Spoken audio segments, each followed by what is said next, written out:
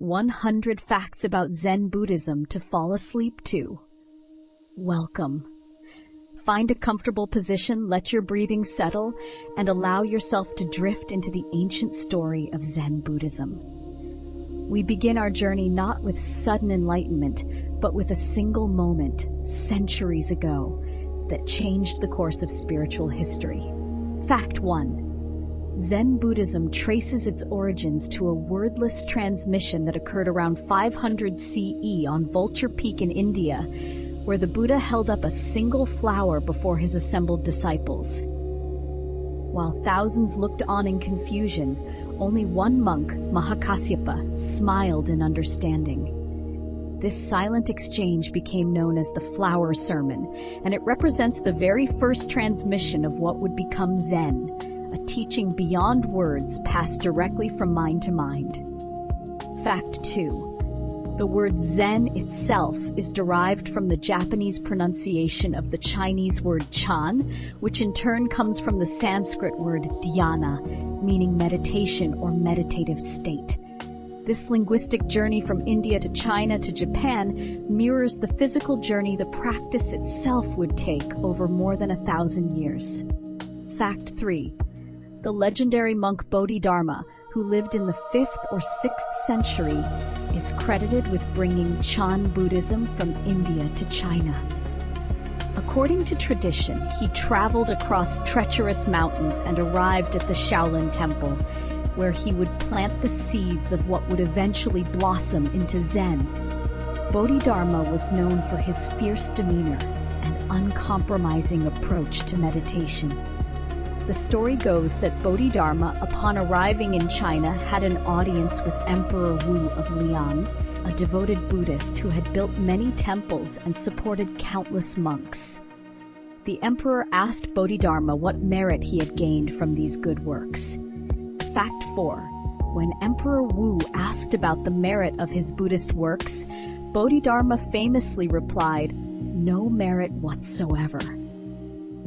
This shocking answer represents a fundamental principle of Zen, that enlightenment cannot be earned through accumulation of good deeds or religious merit, but must be realized directly through one's own experience. The emperor, confused and perhaps offended, could not understand this teaching, and Bodhidharma left the palace. Fact 5. After leaving the emperor's court, Bodhidharma retreated to a cave near the Shaolin Temple, where, according to legend, he sat facing a wall in meditation for 9 continuous years. This practice, known as wall gazing or bigwan, became a foundational image in Zen Buddhism, the commitment to sitting meditation regardless of discomfort, time, or circumstance. During these 9 years, it's said that Bodhidharma's legs atrophied, which is why Daruma dolls in Japan are depicted without legs. The years passed slowly in that cave. Seasons changed outside while Bodhidharma remained still, watching his mind, letting thoughts arise and fall away like leaves on a stream. Fact 6. One persistent student named Huika stood outside Bodhidharma's cave in the snow, waiting to be accepted as a disciple.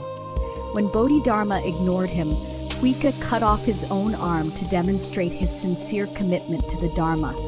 Only then did Bodhidharma accept him as a student, and Huika became the second patriarch of Chan Buddhism in China, carrying forward the wordless transmission that had begun with the Buddha's flower. Fact 7. The practice of zazen, or seated meditation, became the cornerstone of Zen training. Unlike other forms of Buddhist meditation that focus on visualizations or mantras, zazen emphasizes just sitting, a practice of alert, aware presence without any object of concentration. Practitioners sit in the lotus or half-lotus position with spine erect, eyes slightly open and lowered, breathing naturally, simply being present with whatever arises in each moment. Fact 8. By the 8th century, Chan Buddhism had split into 2 main schools in China: the Northern School, which taught gradual enlightenment through study and practice, and the Southern School, which emphasized sudden enlightenment. The debate between these two approaches, whether awakening happens gradually like a plant growing, or suddenly like a light switching on, would shape Zen practice for centuries to come. The Southern school, led by Huineng, the sixth patriarch, ultimately became the more influential tradition, arguing that Buddha nature is already present in all beings and need only be recognized, not cultivated over time. And so the seeds that Bodhidharma planted began to grow and spread across China, taking root in mountain monasteries and city temples alike. Monks devoted themselves to the practice of sitting in silence, waiting for the moment when the veil of illusion might suddenly fall away, revealing the truth that had been present all along. In our next segment, we'll follow this practice as it travels across the sea to Japan, where it will transform into the Zen Buddhism we recognize today. Continuing. As centuries passed in China, the practice of Chan Buddhism deepened and matured, developing distinctive teaching methods that would forever shape how spiritual awakening could be transmitted. Let us continue our journey through these transformative years. Fact 9. During the Tang Dynasty between the 8th and 9th centuries, Chan Buddhism reached its golden age in China. This period produced some of the most celebrated Zen masters in history, including Mazu Daoyi, who was known for his unconventional teaching methods. Mazu would sometimes shout at students, hit them, or respond to profound spiritual questions with seemingly nonsensical answers. These shocking techniques were designed to jolt students out of their habitual ways of thinking and into direct experience of reality. The monasteries of Tang China were places of rigorous discipline. Monks rose before dawn, sat in meditation for hours, worked in the fields, studied koans, and practiced mindfulness in every activity from sweeping floors to preparing meals. Fact 10. It was during this golden age that the koan system began to develop as a primary teaching tool in Zen. Koans are paradoxical questions or statements that cannot be solved through logical thinking, puzzles designed to exhaust the rational mind and push students toward intuitive understanding. The most famous koan, "What is the sound of one hand clapping?"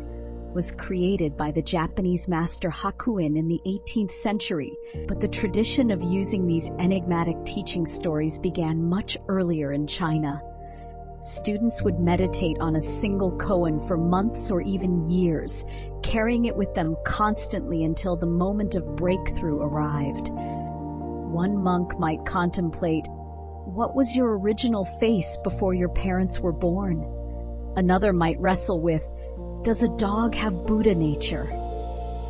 These questions seemed impossible, and that was precisely the point. The impossibility forced the mind to let go of its usual ways of grasping and understanding. Fact 11. In the year 1191, a Japanese monk named Eisai returned from China and established the Rinzai school of Zen in Japan. Eisai had spent years training in Chinese Chan monasteries and brought back not only the meditation practices but also tea seeds, which he planted in Japanese soil. This connection between Zen and tea would eventually give rise to the Japanese tea ceremony, where every gesture becomes a meditation, every moment an opportunity for presence and awareness. Fact 12. Shortly after Eisai, another Japanese monk named Dogen traveled to China in 1223, seeking authentic Buddhist teaching. After several years of practice, Dogen experienced a profound awakening when his master said, "Body and mind have dropped away."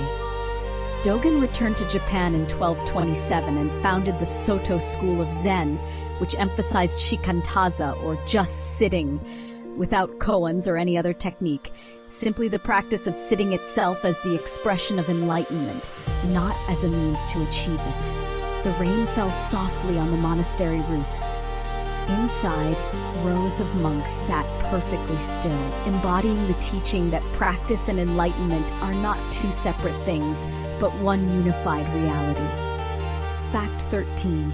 The two main schools of Zen that took root in Japan, Rinzai and Soto, represented different approaches to the same truth. Rinzai emphasized koan study and the possibility of sudden awakening through intense practice, often including long meditation retreats called sessions where students might sit for up to 16 hours a day. Soto, on the other hand, taught that sitting meditation itself is enlightenment, and that awakening is not something to be achieved, but something to be realized in each moment of practice. Both schools continue to thrive today, each offering a distinct path up the same mountain. Fact 14. During Japan's medieval period, Zen Buddhism became deeply intertwined with the samurai warrior class. The samurai were drawn to Zen's emphasis on discipline, self-control, and presence in the face of death. Many samurai practiced Zen meditation to cultivate what they called mushin, or no mind, a state of consciousness free from fear, hesitation, and self-consciousness, allowing them to act with perfect spontaneity in combat.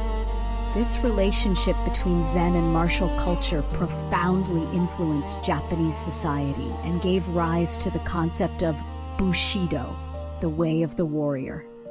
The sword master sat in meditation before dawn, his mind clear as still water, ready to reflect any movement without disturbance. In this clarity, action and non-action became one.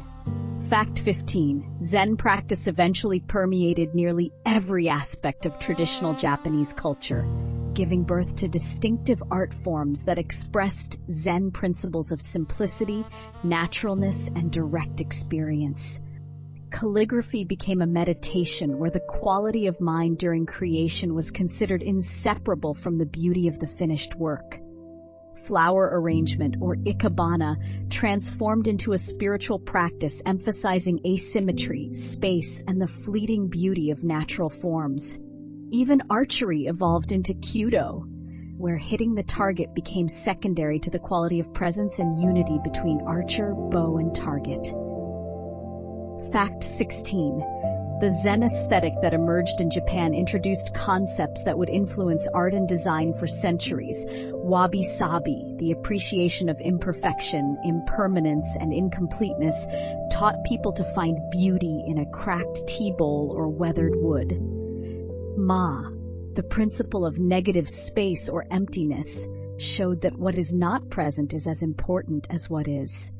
These principles appeared everywhere, in gardens where carefully placed rocks suggested entire landscapes, in poetry where unsaid meanings resonated in silence, in tea rooms where rough textures and humble materials created spaces of profound tranquility. In a small tea house, autumn light filtered through paper screens, a single flower rested in a simple vase. Nothing more was needed in that space. Simplicity revealed the extraordinary hidden within the ordinary. As we move forward, we'll explore how these ancient practices were preserved through centuries of change and how they eventually made their way across the ocean to the West, where they would encounter entirely new cultures and transform once again, continuing in the same soft calm. The centuries unfolded like petals of a lotus, each era revealing new dimensions of Zen practice and understanding. As Japan entered periods of both turmoil and peace, Zen adapted, deepened, and found expression in ever more subtle ways. Fact 17. During the Muromachi period in the 15th century, Zen monks became the primary creators and curators of Japanese rock gardens, known as karisansui, or dry landscape gardens. The most famous of these is the garden at Ryoanji Temple in Kyoto, created around 1450, which consists of 15 carefully placed rocks surrounded by raked white gravel. The garden contains no water, yet the raked patterns suggest flowing streams, and the rocks appear as islands or mountains emerging from mist. Monks and visitors would sit on the temple's wooden veranda, gazing at the garden as a form of meditation, allowing the mind to become as spacious and still as the carefully composed scene before them.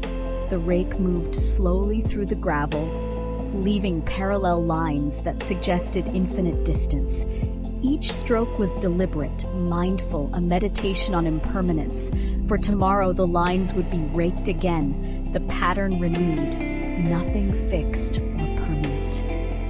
Fact 18. The 16th century brought both great turmoil and great flowering to Zen Buddhism in Japan. During the civil wars of this period, many Zen monasteries were destroyed, yet the practice survived and even thrived. It was during this time that the formal structure of monastic training became more systematized. Young monks entering a Zen monastery would begin as unsui, literally clouds and water, wandering monks who had not yet settled into practice. They would undergo a probationary period called tangazume, sometimes waiting outside the monastery gates for days in the rain or snow, demonstrating their sincere commitment before being admitted to training. Fact 19. Once accepted into the monastery, monks followed a strict daily schedule that has remained largely unchanged for centuries. The day began at 3 or 4 a.m. with the sound of a wooden board being struck, calling practitioners to the meditation hall. This wooden instrument, called a han, was hit in an accelerating rhythm that symbolized the urgency of practice and the fleeting nature of life. After morning meditation and chanting, the day proceeded through periods of zazen, work practice called samu, meals eaten in ritual silence, study, and more meditation, with the final sitting often extending late into the night. The wooden mallet struck the han in the darkness. Its sound echoed across the empty courtyard, calling practitioners from sleep to awakening, from dreams to the dream of waking life, inviting them to investigate which was which. Fact 20. Zen monasteries developed a unique approach to work, viewing manual labor not as a distraction from spiritual practice, but as an essential expression of it. The Chinese Chan master Baizhang famously declared, "A day without work is a day without food," and he worked alongside his students even in old age. In Zen monasteries, monks maintained the buildings, tended gardens, prepared meals, and performed all necessary tasks with the same quality of attention they brought to seated meditation. Sweeping the floor became an opportunity for mindfulness, chopping vegetables became a practice of presence, and every action was understood as an expression of Buddha nature. Fact 21. The Rinzai master Hakuin Akaku, who lived from 1686 to 1769, is considered one of the most important figures in Japanese Zen. Hakuin revitalized Rinzai Zen after a period of decline, systematizing Koan study into a structured curriculum and emphasizing rigorous, intensive practice. He created or reformulated many of the koans still used today, including the famous "What is the sound of one hand?" Hakuin himself experienced several profound awakenings throughout his life, demonstrating the Zen teaching that initial enlightenment is just the beginning, not the end of practice. In his simple quarters, Hakuin painted calligraphy and painted portraits with bold, energetic brushstrokes. His art expressed the same dynamic vitality that characterized his teaching: fierce, compassionate, uncompromising, alive. Fact 22. Hakuin also developed a practice for maintaining and deepening enlightenment that he called post-satori training. He taught that the initial experience of awakening, no matter how profound, must be integrated into every aspect of daily life through continued practice. This teaching corrected a misunderstanding that enlightenment was a single, final achievement.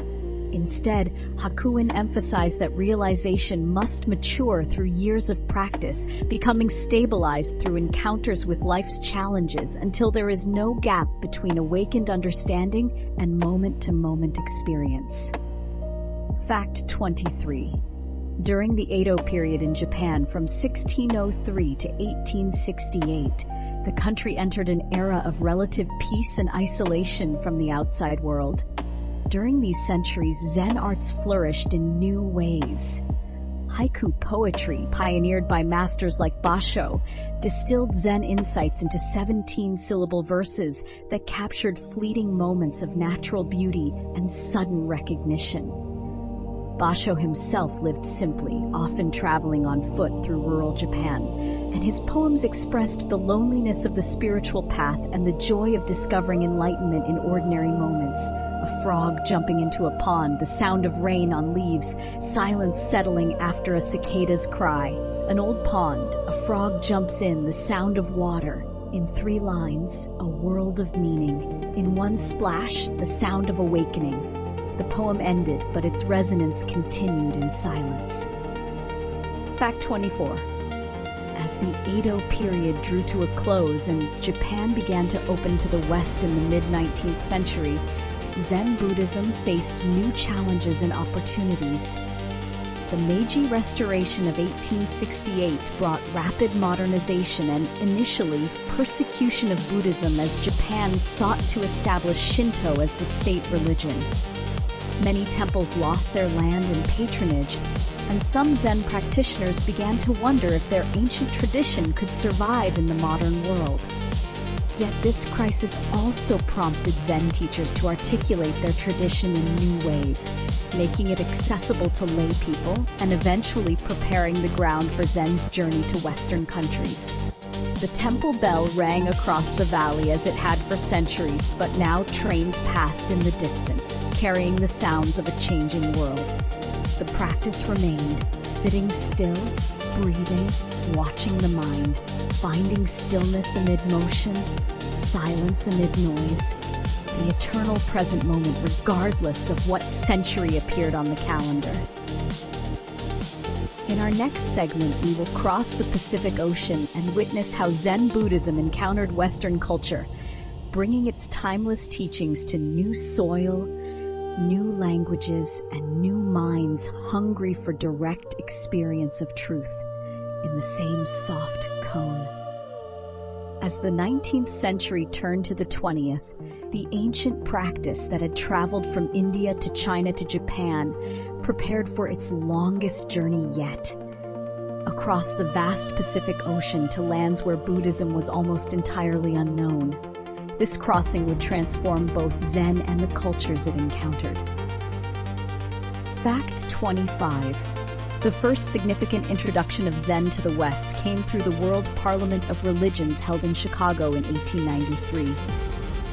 A Rinzai Zen master named Soyen Shaku attended as a representative of Japanese Buddhism, delivering a lecture that planted the first seeds of Zen awareness in American soil. Though his presentation was formal and translated, and though few in the audience could have imagined the impact Zen would eventually have on Western culture, this moment marked the beginning of a new chapter. Soyen Shaku spoke of a direct experience of reality that required no intermediary, no belief system, no dogma, ideas that would resonate deeply with certain aspects of American thought. The words traveled he famously said, "Each of you is perfect the way you are, and you can use a little improvement." This paradoxical teaching, that we are already complete yet practice continues endlessly, became a cornerstone of American Zen understanding. His book Zen Mind, Beginner's Mind, compiled from his talks and published in 1970, just before his death, became one of the most influential spiritual books of the 20th century, introducing millions to Zen practice through its simple, clear, and profound teaching. Fact 31. Around the same time, in 1966, a Korean Zen master named Song came to America to serve the Korean immigrant community. Like Suzuki Roshi, he soon attracted Western students interested in meditation practice. Song-san brought a distinctive teaching style from the Korean Zen tradition, which combined elements of both sudden and gradual enlightenment approaches.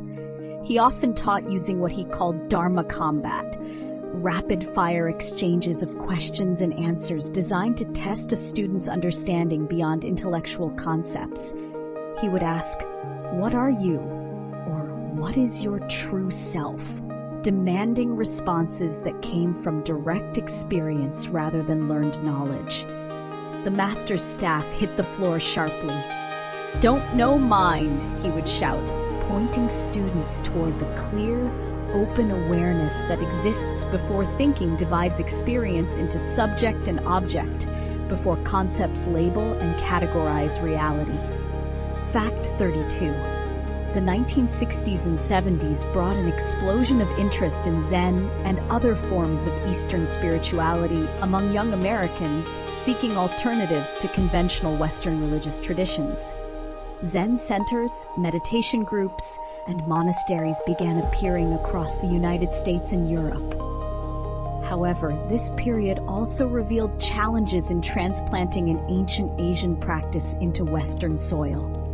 Cultural misunderstandings arose, authoritarian teaching styles clashed with democratic values, and some teachers abused their positions of authority. The Sanghas, communities of practitioners, had to navigate questions about how to maintain the essential elements of Zen while adapting to Western cultural contexts.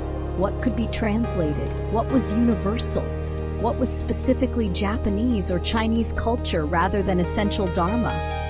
These were growing pains, the difficult questions that arise when any tradition crosses vast cultural boundaries. Mistakes were made, lessons learned slowly, and gradually a distinctly Western form of Zen practice began to emerge.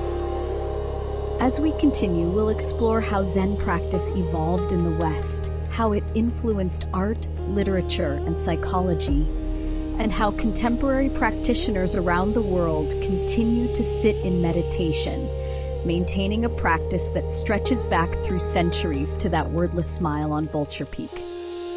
Continuing in the same soft calm tone, the practice continued to take root in Western soil, sometimes flourishing, sometimes struggling, always adapting. As decades passed, Zen began to shape Western culture, even as Western culture reshaped how Zen was understood and practiced. Fact 33. The Beat Generation writers of the 1950s played a crucial role in popularizing Zen Buddhism in American culture. Jack Kerouac's novel The Dharma Bums, published in 1958, romanticized Zen practice and Buddhist wandering, introducing millions of readers to concepts like meditation, simplicity, and spontaneous enlightenment. Gary Snyder, who appears as a character in that novel, studied Zen formally in Japan for many years and brought a more authentic understanding to his poetry and essays. Allen Ginsberg incorporated Buddhist and Zen themes into his work, helping create a cultural moment where Zen became associated with creative freedom, nonconformity, and direct experience. Though critics argued that Beat Zen was sometimes superficial, focusing on rebellion rather than rigorous practice, it opened doors for countless people who would later pursue serious study. In coffee houses and cramped apartments, young poets read verses about mountain hermits and sudden awakenings. The words were imperfect, the understanding incomplete, but something genuine stirred beneath the surface. A hunger for authenticity, for unmediated experience, for truth beyond convention. Fact 34. During the 1970s, a significant development occurred when Western students who had trained extensively in Japan began returning to establish their own teaching centers. Among these was Philip Kapleau, who spent 13 years training in Japan before returning to America and founding the Rochester Zen Center in 1966. Kapleau's book, The Three Pillars of Zen, published in 1965, was revolutionary because it included detailed instructions for zazen practice, descriptions of enlightenment experiences from both Japanese and Western practitioners, and presented Zen as something Westerners could actually practice rather than just study intellectually. For the first time, ordinary people could read step-by-step instructions for how to sit, how to breathe, how to work with the mind during meditation. Fact 35. The encounter between Zen Buddhism and Western psychology proved particularly fruitful, as both disciplines were concerned with understanding the nature of mind and alleviating human suffering. Psychotherapists began incorporating mindfulness and meditation into their clinical work, recognizing that present moment awareness could help clients with anxiety, depression, and trauma. Jon Kabat-Zinn, trained in Zen practice, developed mindfulness-based stress reduction in 1979 at the University of Massachusetts Medical School, secularizing meditation techniques for use in hospitals and clinics. This program would eventually bring meditation practice to millions of people who might never have entered a Zen center, demonstrating that the core practices could be separated from religious context while retaining their transformative power. In hospital rooms and therapy offices, people learned to follow their breath, to observe thoughts without judgment, to find moments of peace amid suffering. The ancient practice adapted once more, taking new forms to meet new needs. Fact 36. Women practitioners in the West began questioning and transforming traditional Zen hierarchies, which had been predominantly male in Asian countries. Female teachers like Maureen Stewart, Joko Beck, and Toni Packer brought different perspectives to Zen teaching, often emphasizing psychological insight, emotional honesty, and questioning of traditional forms. Some women who had trained in Japan returned frustrated by gender discrimination they had encountered, determined to create more egalitarian sanghas in the West.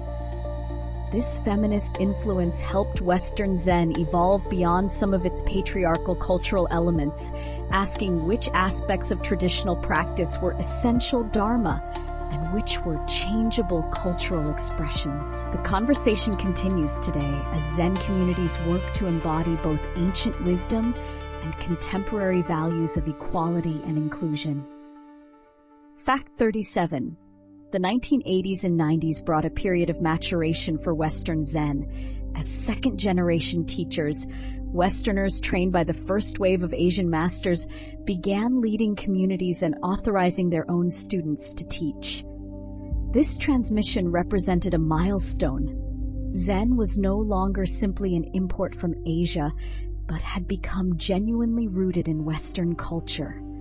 Centers established robust training programs, monastic communities formed, and lay practice groups spread to cities and towns across North America and Europe. At the same time, scandals involving teacher misconduct forced communities to confront difficult questions about authority, accountability, and the shadow side of spiritual practice. How could ancient wisdom traditions incorporate modern understanding of psychological boundaries, consent, and the potential for abuse in hierarchical relationships? The bells still rang, calling practitioners to the meditation hall. But now conversations happen that would have been unthinkable in traditional settings. Honest discussions about power, transparency, democratic governance, and how to create healthy spiritual communities for the modern world. Fact 38. Zen's influence on Western art and aesthetics became increasingly apparent throughout the late 20th century. Abstract expressionist painters like Mark Tobey and Franz Klein were directly influenced by Zen principles and Japanese calligraphy, creating works that emphasize spontaneous gesture, negative space, and the trace of the artist's consciousness in the moment of creation. Composers like John Cage incorporated Zen ideas about silence, chance, and non-intention into revolutionary musical works. Architects began designing with Zen-inspired minimalism, emphasizing natural materials, simplicity, and the importance of empty space. Even in popular culture, Zen concepts appeared, the idea of being in the zone, of effortless action, of going with the flow, all echoes of Zen teachings about non-dual awareness and spontaneous response. Fact 39. As the internet age dawned, Zen encountered yet another transformation. Online sanghas formed, allowing practitioners in isolated areas to connect with teachers and communities. Meditation apps brought simplified mindfulness practices to millions of smartphones.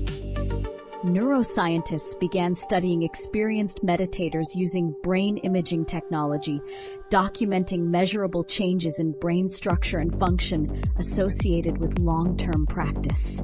Studies showed that meditation could increase gray matter density in areas associated with learning, memory, and emotional regulation, while decreasing activity in the default mode network associated with self-referential thinking. Ancient practices met modern science, each validating aspects of the other. In laboratories, monks sat in meditation while machines hummed and recorded. The brain scans showed patterns of activity, electrical impulses, neural correlations of states that had been described for centuries in different vocabularies.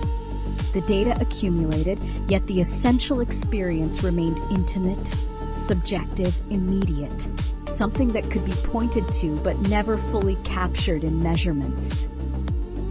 Fact 40.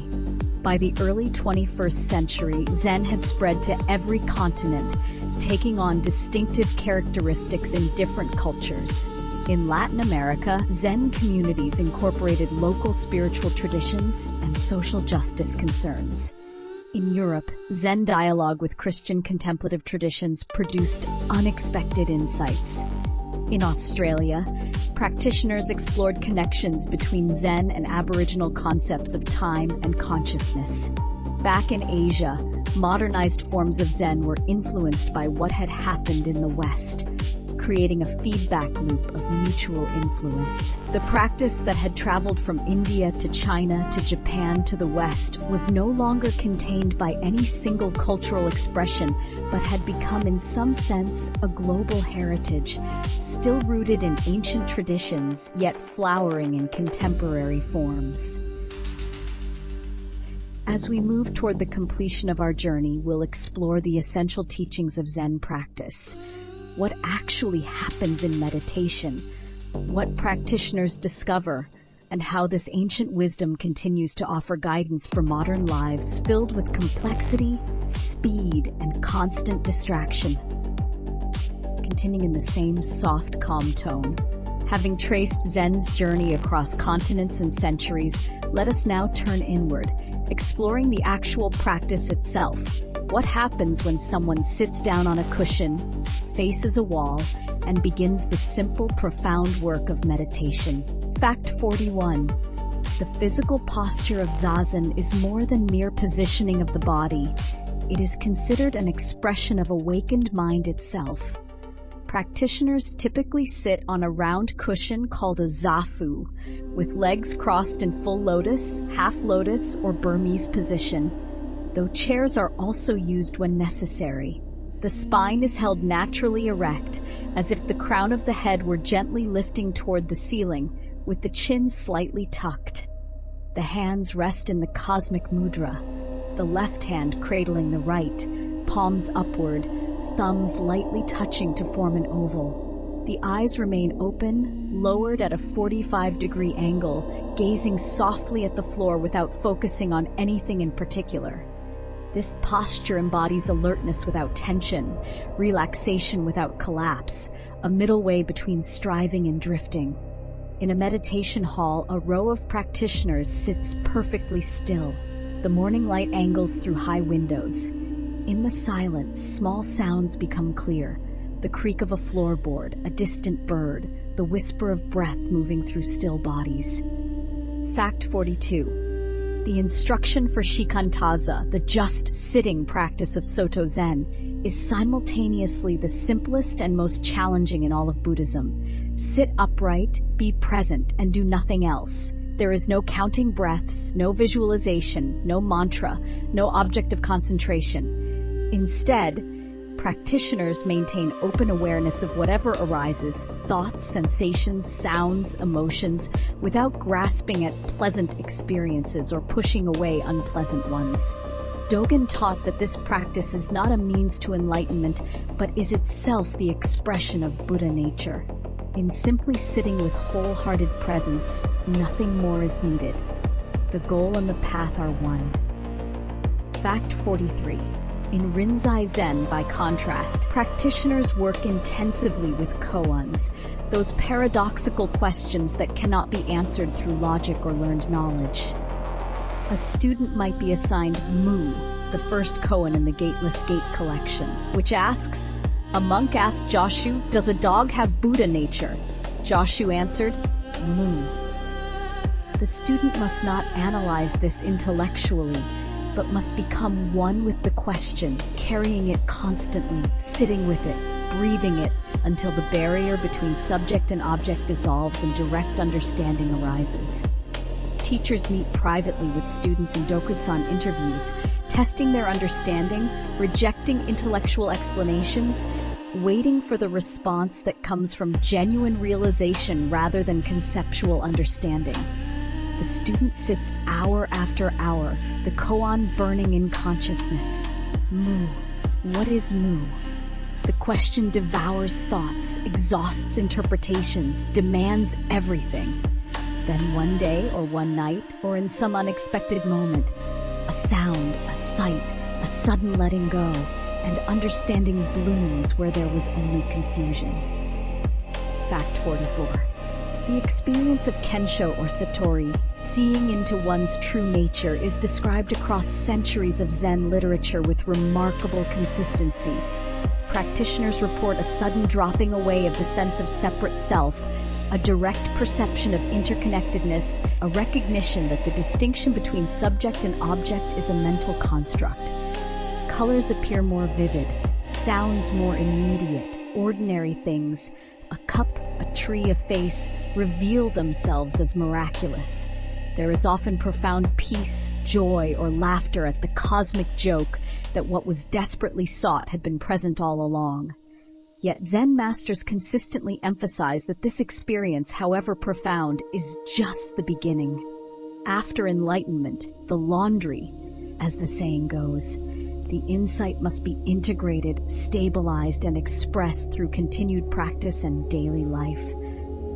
Fact 45. Session, intensive meditation retreats form the crucible where practice deepens most dramatically. During a session, which typically lasts 3 to 7 days, practitioners maintain silence and sit zazen for 12 to 16 hours each day, with short breaks for walking meditation, meals, and rest.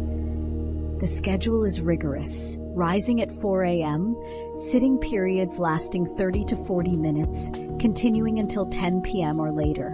Physical pain often arises, aching knees, burning shoulders, cramping legs, and practitioners learn to witness discomfort without reactivity, discovering that pain and suffering are not identical.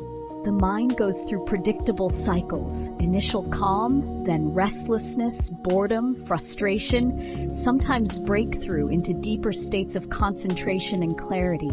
Many practitioners report that their most significant insights arose during the difficulty of session when there was nowhere to hide from themselves. Day 3 of a 7-day session. The body screams for movement. The mind conjures endless reasons to quit. Yet the practitioner sits still, returning again and again to this breath, this moment, this unadorned reality. Something begins to shift. A softening and opening, a discovery that resistance itself was the problem. Fact 46. The teacher-student relationship in Zen is unlike anything in Western education. Rather than simply transmitting information, the Zen teacher points towards something that must be discovered directly by each student. The relationship often spans decades, deepening through countless interviews, ceremonies, and shared practice. Teachers employ various skillful means to guide students, sometimes gentle encouragement, sometimes fierce challenge, sometimes seeming to ignore the student entirely. The teacher watches for signs of genuine understanding versus intellectual knowledge, tests the stability of students' realization, and helps integrate insights into daily life. When a teacher judges that a student has matured sufficiently, They may grant Dharma transmission, formally recognizing the student as a teacher in their own right and authorizing them to guide others. Fact 47. Zen monasteries developed elaborate ritual forms that express and reinforce meditative awareness. Meals are eaten in formal or yoki style with nested bowls that are unpacked, filled, and cleaned according to precise choreography, accompanied by chanting. Each bite is taken mindfully, in silence, with awareness of the labor that brought the food to the bowl, and gratitude for the interconnected web of life that makes eating possible. Walking meditation, or kinnin, is practiced between sitting periods, extremely slow, deliberate steps with hands held in a specific mudra, each footfall a meditation on movement and stillness. Even simple actions like entering or leaving the meditation hall involve bows and prescribed movements. These forms are not empty ritual, but opportunities to bring the same quality of presence cultivated in zazen to every moment and activity. The monk lifts the bowl.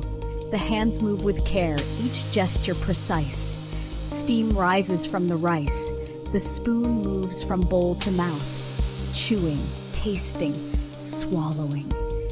Each action complete in itself, requiring nothing more than full presence to reveal its depth. Fact 48. The Zen teaching of impermanence, or anicca, is not merely philosophical but experiential. Through sustained meditation practice, practitioners directly observe the constant flux of experience, how sensations arise and dissolve, how thoughts appear and vanish, how emotions intensify and fade. Nothing remains static even for a moment. The self we normally take to be solid and continuous reveals itself as a process, a flowing stream of changing experiences rather than a fixed entity. This realization brings both disorientation and liberation. If nothing is permanent, including our identity, then there is nothing to protect, nothing to defend. The grasping that causes suffering begins to loosen. Paradoxically, accepting impermanence allows practitioners to fully embrace each precious, fleeting moment without clinging to it, continuing, or fearing its end. In our next segment, we will explore how these ancient practices address modern challenges, how Zen wisdom speaks to lives filled with technology, speed, and unprecedented complexity, and what practitioners today discover when they turn towards silence in an increasingly noisy world. As we enter the 21st century, Zen practice encounters a world that would have been unimaginable to the ancient masters. A world of constant connectivity, information overload, and accelerating change. Yet the fundamental human questions remain the same, and the practice continues to offer profound guidance. Fact 49. Modern neuroscience has begun to validate what Zen practitioners have reported for centuries about the effects of sustained meditation practice. Research conducted at institutions like Harvard Medical School and the University of Wisconsin has shown that long-term meditators display increased activity in brain regions associated with attention, emotional regulation, and empathy, while showing decreased activity in areas linked to anxiety and self-referential thought.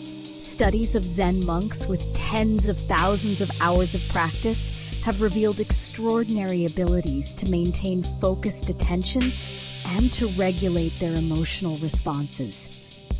Even more remarkably, research has shown that meditation can produce lasting changes in brain structure, increasing cortical thickness in areas related to sensory processing and attention. The ancient practice of simply sitting and observing the mind, it turns out, literally reshapes the brain's architecture. Fact 50. In contemporary Zen communities, the practice of engaged Buddhism has emerged as a vital expression of awakened awareness in action. Teachers like Thich Nhat Hanh, though from the Vietnamese Zen tradition, influenced practitioners worldwide by emphasizing that meditation and social action are not separate but unified expressions of compassion. Zen centers have become involved in environmental activism, prison meditation programs, hospice care, and social justice work. The understanding has deepened that genuine practice cannot remain isolated on the cushion, but must extend into addressing suffering wherever it appears, in individuals, communities, and the wider world. Meditation becomes not an escape from reality, but a way of meeting reality more fully, with clear eyes and an open heart. In a prison meditation group, men in orange jumpsuits sit on folding chairs, eyes closed, following their breath. Outside these walls, they are defined by their worst actions. Here, in this moment, they are simply human beings investigating the nature of consciousness, discovering that awareness itself is untouched by past or future, free even within confinement. Fact 51. The relationship between Zen and technology has become increasingly complex in the digital age. On one hand, meditation apps and online sanghas have made practice accessible to millions who lack access to physical Zen centers. Virtual retreats during the COVID-19 pandemic demonstrated that community and instruction could be maintained even when people couldn't gather in person. On the other hand, many practitioners and teachers express concern that the same devices enabling connection also fragment attention, create addiction to stimulation, and undermine the sustained focus necessary for deep practice. Some Zen centers now require participants to surrender smartphones during retreats, creating technology-free spaces where minds can settle without constant interruption. The question arises, can genuine practice coexist with our hyper-connected world, or does it require periodic withdrawal from digital life? Fact 52. Contemporary Zen teachers have increasingly emphasized the integration of psychological insight with traditional practice. While classical Zen sometimes bypassed personal psychological material in pursuit of transcendent awakening, Western practitioners discovered that unresolved trauma, attachment patterns, and emotional wounds don't simply dissolve through meditation. They require conscious attention and healing. Teachers now often work alongside therapists, recognizing that psychological health and spiritual development support each other. This integration represents a maturation of Western Zen, honoring both the absolute dimension of awakening and the relative dimension of our human psychological complexity. The goal becomes not just seeing through the self, but also healing the self that continues to function in daily life. The practitioner sits with both cushion and therapist, working at multiple levels. Old pain surfaces during meditation, childhood wounds, relational trauma, the accumulated grief of being human. Rather than bypassing these feelings in pursuit of empty awareness, the practitioner learns to hold them with compassion, to feel them fully, to let them gradually release their grip. Awakening and healing, it turns out, are partners in the dance of transformation. Fact 53. The environmental crisis has brought new urgency to Zen teachings about interconnection and non-separation.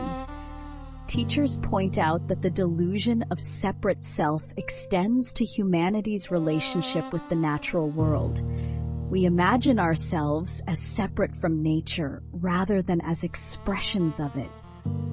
Climate change, species extinction, and ecosystem collapse can be understood as symptoms of this fundamental misperception. Zen practice offers a direct experience of interconnection. Sitting in meditation, one discovers that the boundaries between self and world are permeable, that the breath connects us to trees and oceans, that consciousness itself is not separate from the natural world but woven into it. Some practitioners speak of ecological awakening, recognizing that saving the planet is not something we do for it, but the biosphere awakening to itself and acting through human hands and hearts. Fact 54. In recent decades, scientific studies of experienced meditators have revealed extraordinary abilities that challenge conventional understanding of human potential.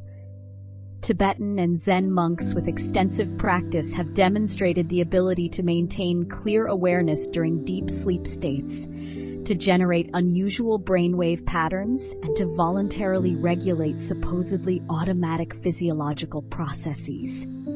Japanese Zen master Hakuyu Taizan Maizumi, when tested, showed remarkable stability of attention, able to maintain focus on a single point for extended periods without the mind wandering that occurs in ordinary consciousness. These findings suggest that the claims made throughout Zen literature about transformed states of consciousness are not mere metaphor or religious belief, but descriptions of actual neurological and psychological capacities that can be developed through sustained practice. Wired to monitoring equipment, the monk sits motionless. Theta waves ripple across the screen, patterns that typically occur only in deep sleep, yet the meditator remains lucidly aware. Ordinary categories, waking, dreaming, sleeping, prove inadequate to describe this state where consciousness maintains clarity while the body rests profoundly. Fact 55. The phenomenon of spiritual bypassing. Using spiritual practice to avoid dealing with psychological or practical life issues has become a recognized concern in contemporary Zen communities. Teachers now warn against practitioners who use meditation to numb themselves to pain, who use concepts of emptiness to avoid responsibility, or who hide behind spiritual language to justify harmful behavior. Genuine Zen practice, teachers emphasize, makes us more present to reality, not less, more able to engage with difficulty, not more detached. The goal is not to transcend our humanity, but to be fully authentically human, awake to both suffering and joy, engaged with life in all its messy complexity. This understanding represents a correction to earlier romanticized Western views of enlightenment as a state of perpetual bliss or detachment from worldly concerns. Fact 56. As Zen continues to evolve in the 21st century, questions of cultural appropriation and authentic transmission remain active topics of discussion. Some practitioners ask whether Zen can be separated from its Asian cultural roots without losing essential elements. Others argue that every time Zen crossed a cultural boundary, from India to China, from China to Japan, it transformed and adapted, and that its movement to the West is simply the latest chapter in this ongoing evolution. There's growing recognition that while respecting the tradition's origins, Western Zen will necessarily reflect Western values, psychology, and cultural contexts. The challenge is to maintain the transformative essence of the practice while allowing it to speak in contemporary idioms and address current human needs. This conversation continues without simple resolution, as practitioners work to honor both tradition and innovation. In meditation halls around the world, people sit in Tokyo and San Francisco, in Berlin and São Paulo, in small rural centers and urban lofts. Some sit on traditional tatami mats, others on folding chairs. Some wear robes, others jeans and sweaters. The forms vary, the cultures differ, yet something essential remains constant.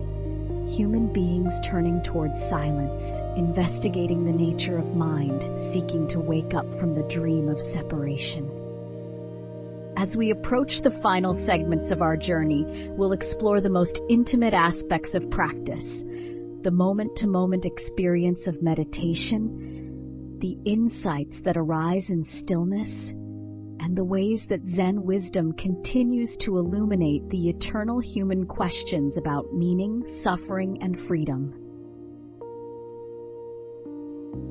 We turn now to the most intimate dimension of Zen practice, the territory that can only be explored directly, the landscape of consciousness itself, the discoveries that await those who sit still long enough to truly look within. Fact 57. One of the fundamental practices in Zen training is learning to distinguish between thinking about and direct experience. Most of our waking life is spent one step removed from reality, relating to our thoughts and concepts about things rather than to the things themselves. We think tree rather than seeing the actual play of light on leaves, bark texture, the particular way branches reach towards sky.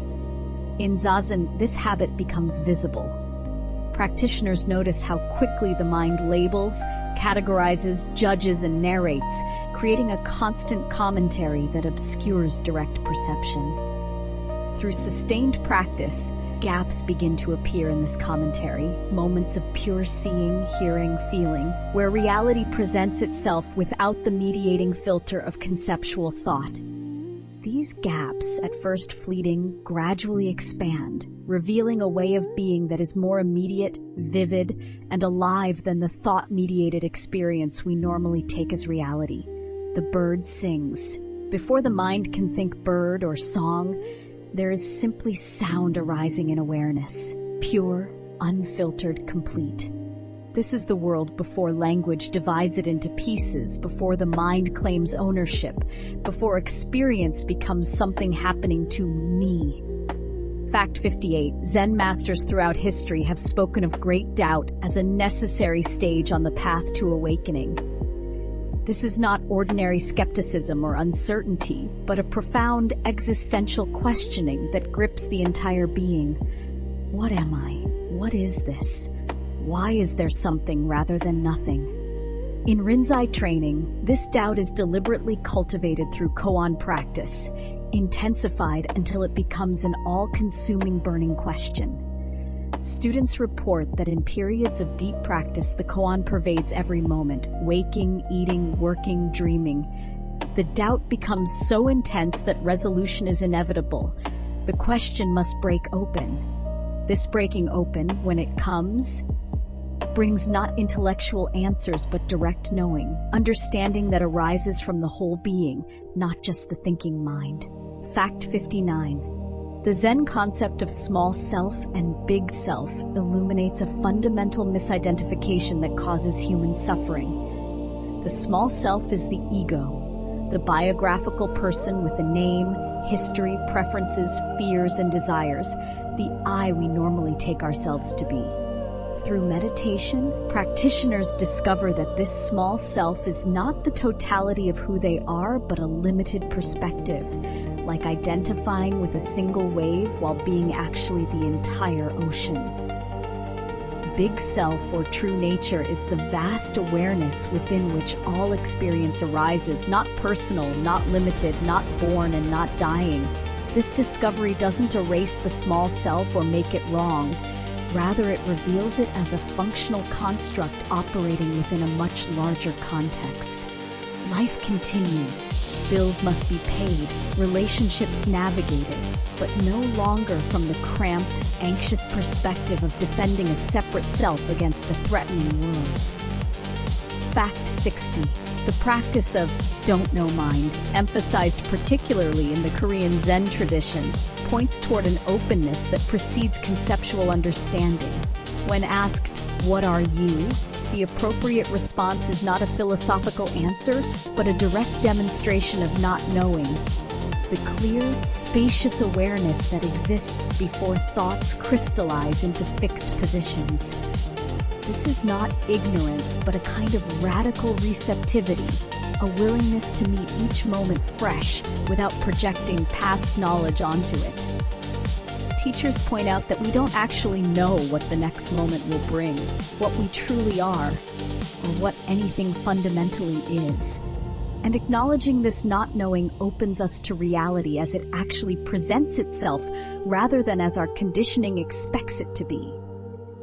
In this openness, genuine responsiveness becomes possible, action arising spontaneously from the situation rather than from habitual patterns. The Zen student bows and says, "I don't know," not as confession of ignorance, but as declaration of freedom. Freedom from the prison of certainty, from the burden of always having to know, from the exhausting maintenance of fixed positions and defended opinions. Don't know mind. vast as the sky, clear as still water. Fact 61. Compassion in Zen Buddhism is understood not as a moral obligation or sentimental feeling, but as the natural expression of awakened awareness. When the illusion of separate self is seen through, when boundaries dissolve, what happens to others is experienced as happening to oneself. A teacher might explain, if your hand is injured, your other hand automatically reaches to help it, not out of duty, not through deliberation, but spontaneously because they're both part of one body. Similarly, when separation is recognized as illusory, compassionate action arises naturally from the perception of interconnection. This doesn't mean practitioners become emotionally overwhelmed by the world's suffering. Rather, they develop what's called great compassion, a deep caring that doesn't collapse into despair, an ability to help that isn't depleted because it arises from wholeness rather than from the ego's limited resources. Fact 62. The phenomenon of Makyo in Zen practice refers to the various perceptual distortions, visions, and unusual experiences that can arise during intensive meditation. Practitioners might see lights, feel energy moving through the body, have visions of deities or demons, experience time distortion, or encounter states of bliss or terror. Traditional Zen teaching takes a remarkably pragmatic stance toward these experiences. They are interesting, but ultimately irrelevant. Signposts on the path, but not the destination. Teachers instruct students to note such experiences without clinging to pleasant ones or resisting unpleasant ones, and to simply continue practicing. This attitude prevents both the inflation that comes from taking unusual experiences as signs of spiritual attainment and the fear that can arise from disturbing phenomena. Whatever appears in consciousness, ordinary or extraordinary, is treated equally, observed, released, with attention returning to the simple fact of being present. Strange visions arise during the long night of sitting. Geometric patterns pulse behind closed eyes. The body seems to expand beyond its boundaries. Voices whisper in empty rooms. The practitioner notes these phenomena with the same equanimity brought to an aching knee or a wandering thought. Interesting, empty, passing. Not real, not unreal, simply appearances in the mirror of awareness. Fact 63. The practice of working with breath in Zen meditation is subtler than it might first appear. Unlike some meditation traditions that regulate breathing in specific patterns, Zen generally instructs practitioners to simply be aware of natural breathing without trying to control it. This develops into an intimate relationship with breath, noticing how it changes with emotional states, how it reflects and influences the mind's agitation or calm, how it connects inner and outer, self and world. Some teachers instruct students to count breaths from 1 to 10, beginning again when the mind wanders as a way of developing concentration. Others teach following the breath's sensations from beginning to end. The breath becomes an anchor, a teacher, a bridge between body and mind, and eventually attention becomes so refined that the distinction between observer and observed, between the one who breathes and the breathing itself, dissolves. Fact 64. Zen literature is filled with stories of mundane activities becoming gateways to awakening. Someone hears a tile strike bamboo, another sees a peach blossom, someone's candle suddenly extinguishes, and in that moment, understanding breaks open. These accounts point to a profound teaching. Enlightenment is not separate from ordinary experience, but hidden within it, available in any moment if we meet it with complete presence. The stories also illustrate that awakening often occurs not through effort, but through sudden letting go. Not when striving intensifies, but when it collapses. A practitioner might work for years with fierce determination, then one ordinary moment, putting on a shoe, washing a dish, hearing rain, everything shifts. the extraordinarily ordinary reveals itself as the ordinarily extraordinary. Nothing changes, yet everything is new. The world one departed from in search of enlightenment turns out to be the enlightened world, seen clearly for the first time. In our next segment, we'll explore the daily life of contemporary Zen practitioners, how ancient wisdom integrates with modern responsibilities, and the subtle ways that practice continues to unfold long after the cushion, expressing itself in relationships, work, and the countless small moments that comprise a human life. In the same soft, the meditation hall eventually opens its doors. The practitioner returns to the world of family, work, traffic, and obligations. Here, in the marketplace of daily life, the true test of practice reveals itself, not in the stillness of retreat, but in the chaos of ordinary existence. Fact 65. Contemporary Zen practitioners have developed the concept of lay practice, bringing meditative awareness into lives that include careers, families, mortgages, and all the complexities of modern existence. Unlike monks who can devote entire days to sitting meditation, lay practitioners might meditate for 20 or 30 minutes each morning before work, attend weekly sitting groups, and participate in occasional weekend retreats. Teachers emphasize that Zen is not only for those who can retreat from the world, but can be practiced in the midst of it. Washing dishes becomes meditation. Commuting becomes practice. Difficult conversations become opportunities for mindful presence. The mother rocking a crying infant at 3 a.m., fully present with exhaustion and tenderness, is practicing just as authentically as the monk in the meditation hall. The key is not the external circumstances, but the quality of awareness brought to whatever is happening. The alarm sounds at 5:30 a.m. The practitioner rises in the dark, sits on a cushion for 30 minutes while the household sleeps. Coffee, breakfast, children dressed and delivered to school, emails answered, meetings attended. Each activity an opportunity to be present or to be lost in distraction. The practice is simple but not easy. Remember, return, be here now.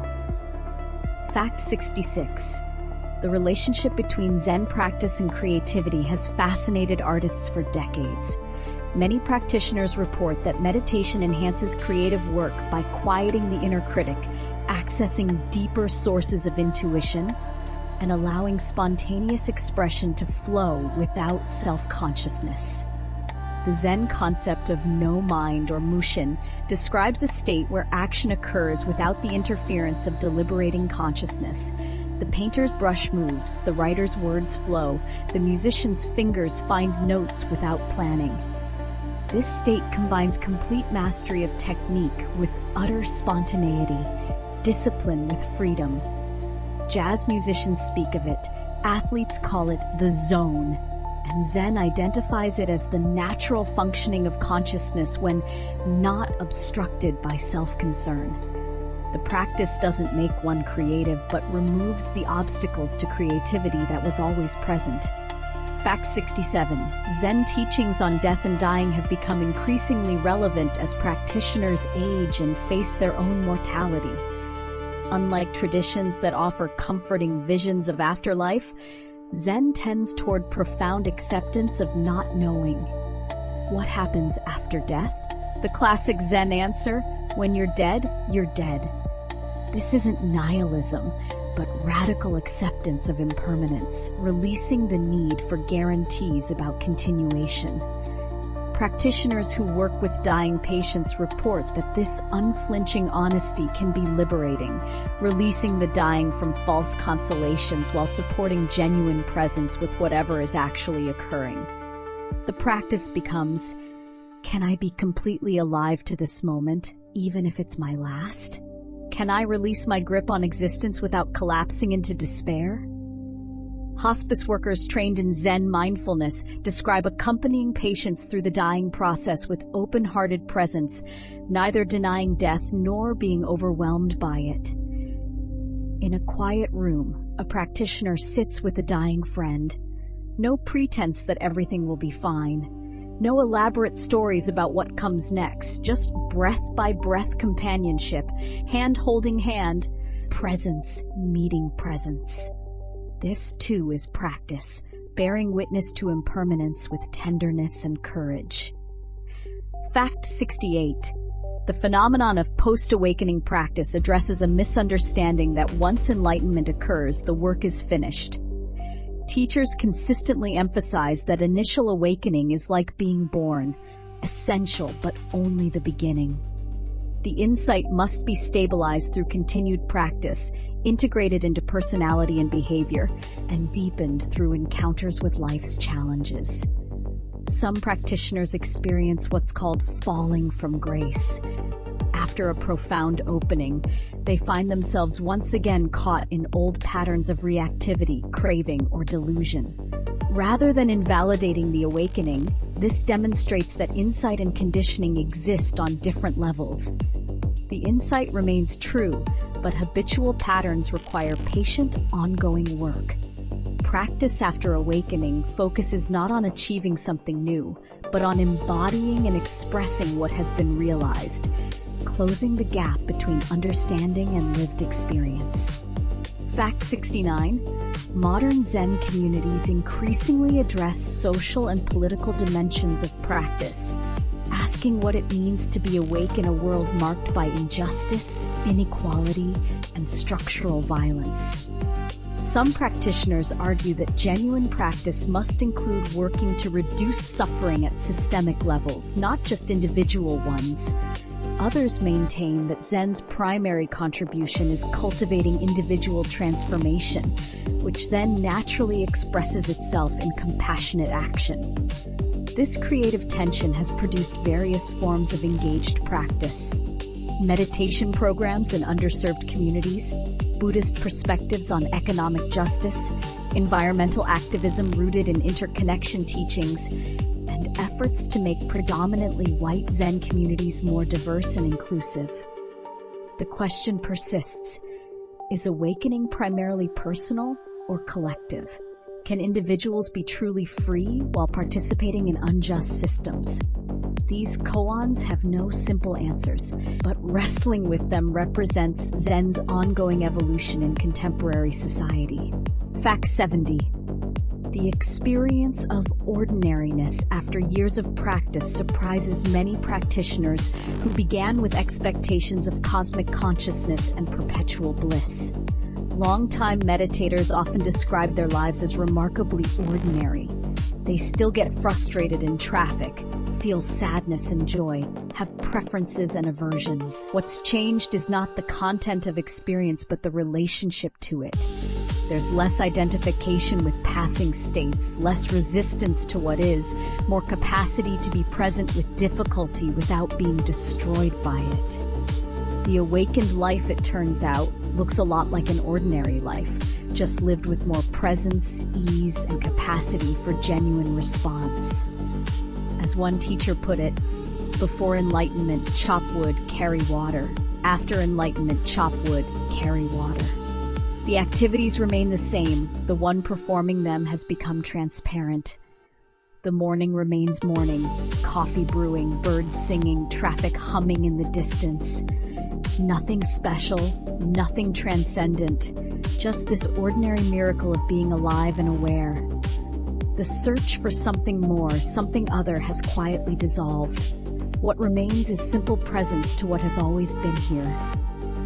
Fact 71. Zen's approach to ethics differs from rule-based morality, instead emphasizing moment-to-moment responsiveness arising from clear seeing. The Buddhist precepts, not killing, not stealing, not misusing sexuality, not lying, not intoxicating the mind, are treated not as commandments but as descriptions of how awakened awareness naturally functions. Someone who directly perceives interconnection doesn't need rules against harming others. Such behavior becomes inconceivable when boundaries dissolve. This doesn't mean practitioners never make mistakes or harm occurs, but it shifts ethical development from following external rules to cultivating internal clarity. contemporary teachers often reframe the precepts as questions rather than rules. How do I honor all life? How do I practice generosity? How do I speak truth? These become ongoing inquiries, answered fresh in each situation rather than predetermined by fixed principles. Fact 72.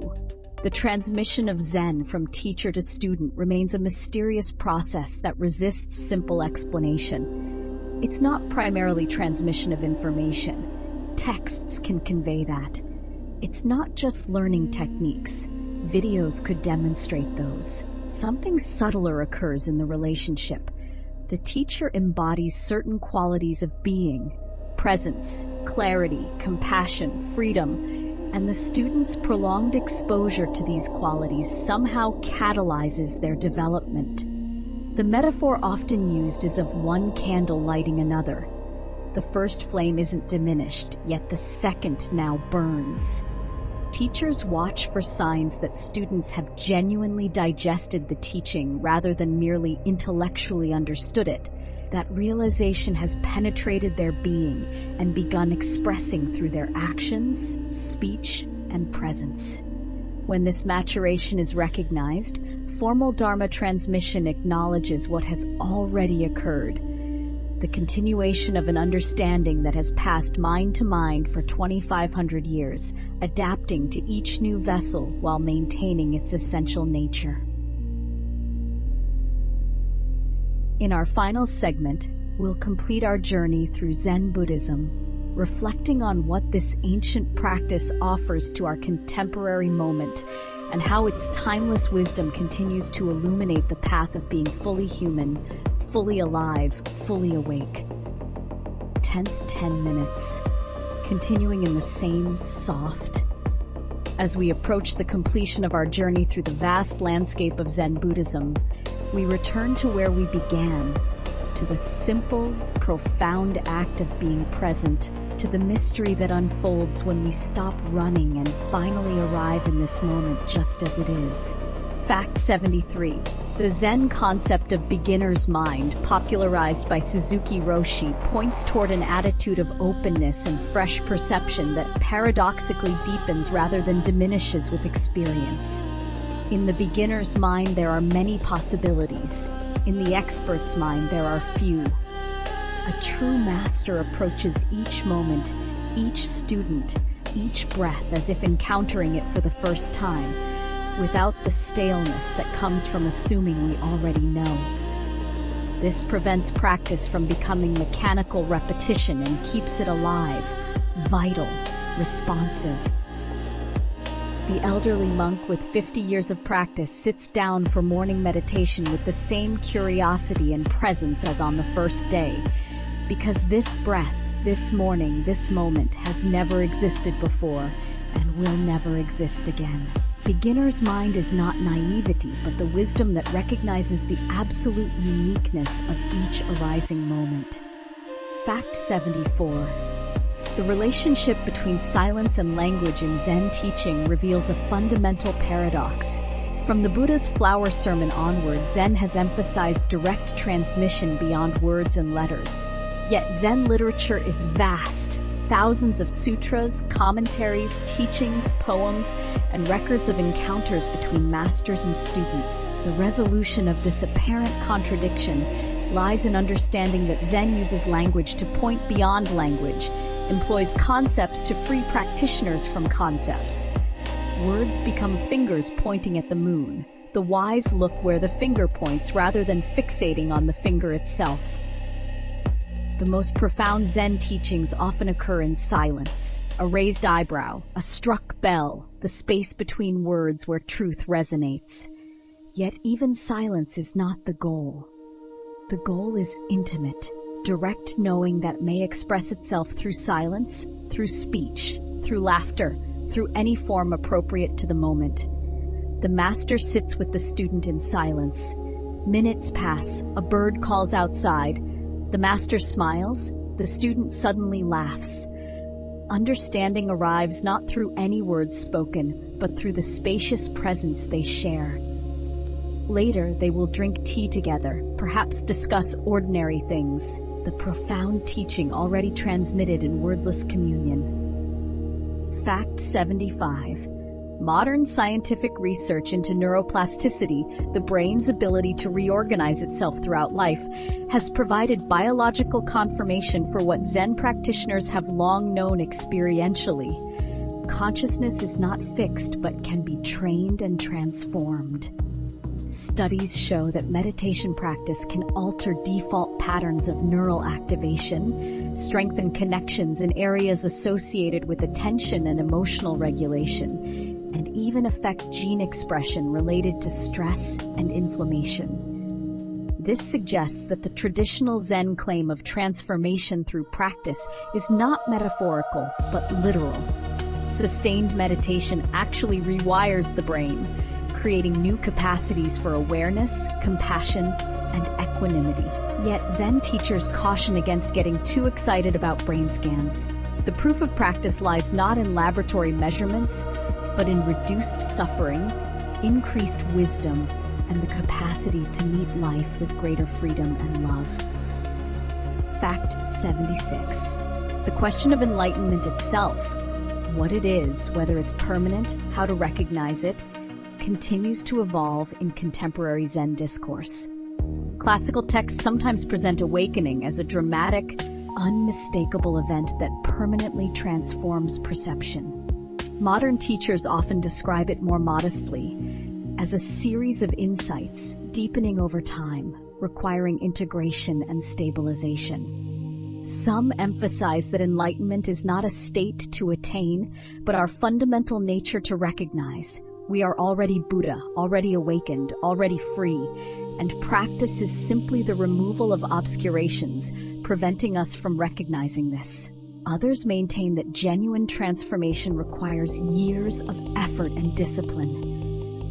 Both perspectives contain truth. The contradiction itself becomes a koan that each practitioner must resolve through direct experience. What all teachers agree on: enlightenment is not an escape from being human, but the fullness of authentic humanity. Not transcendence of ordinary life, but the extraordinary depth available within it.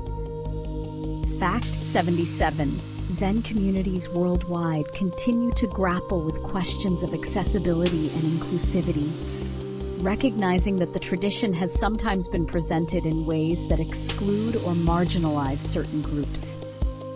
Efforts are underway to make Zen teaching available to people with disabilities, to address racial and cultural barriers in predominantly white Western sanghas, to create LGBTQ-affirming practice spaces, and to recognize that economic barriers prevent many from accessing traditional residential training.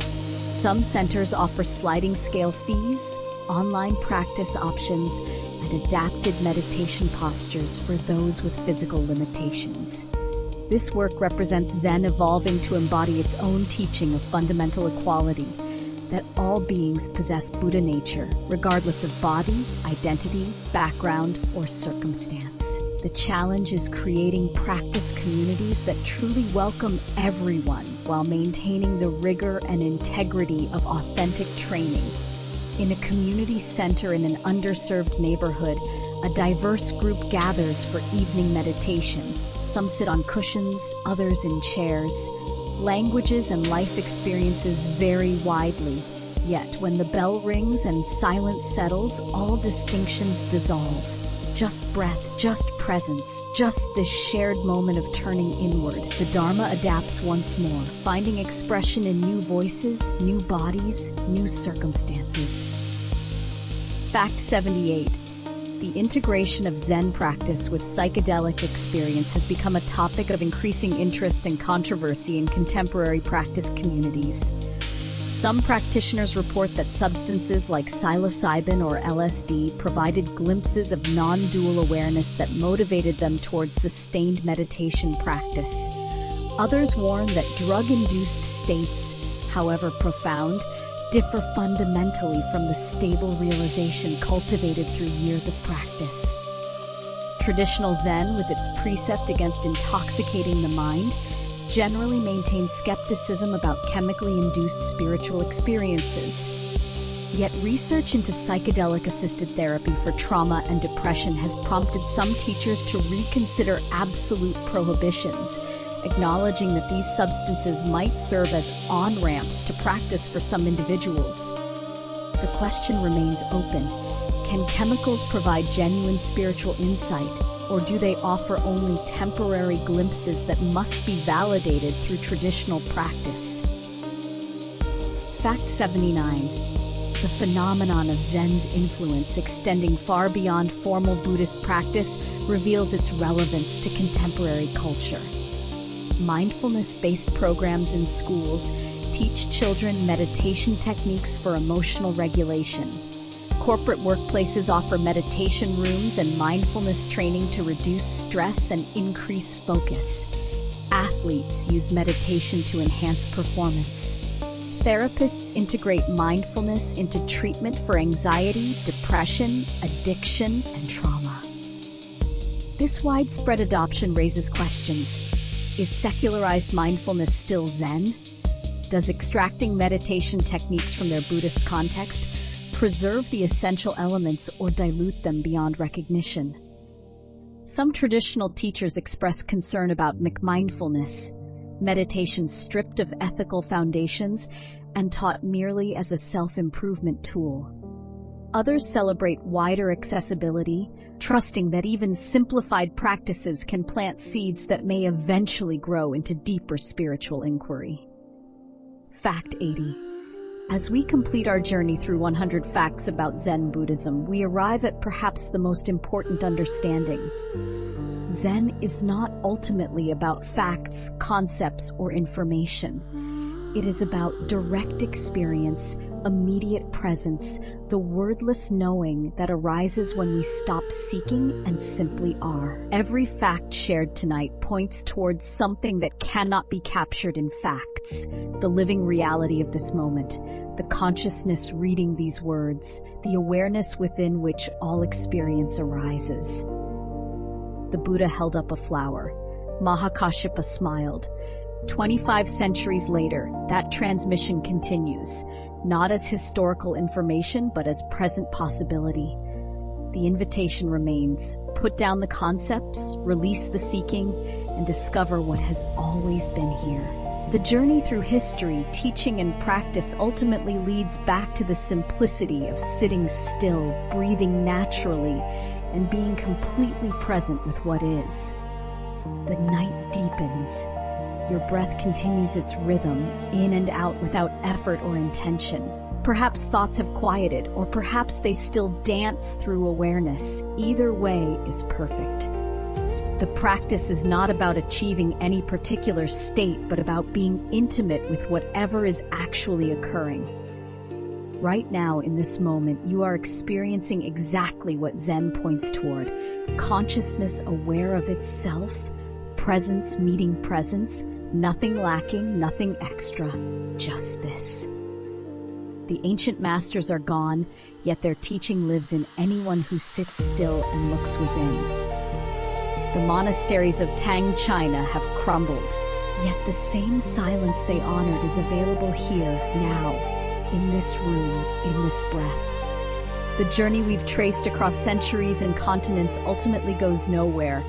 It simply returns us again and again to the eternal present, the only place where life actually unfolds, the only moment where awakening is possible. May your practice be gentle and persistent. May you find the courage to meet yourself with honesty and the compassion to hold yourself with tenderness. May you discover the freedom that comes not from changing circumstances, but from changing your relationship to them.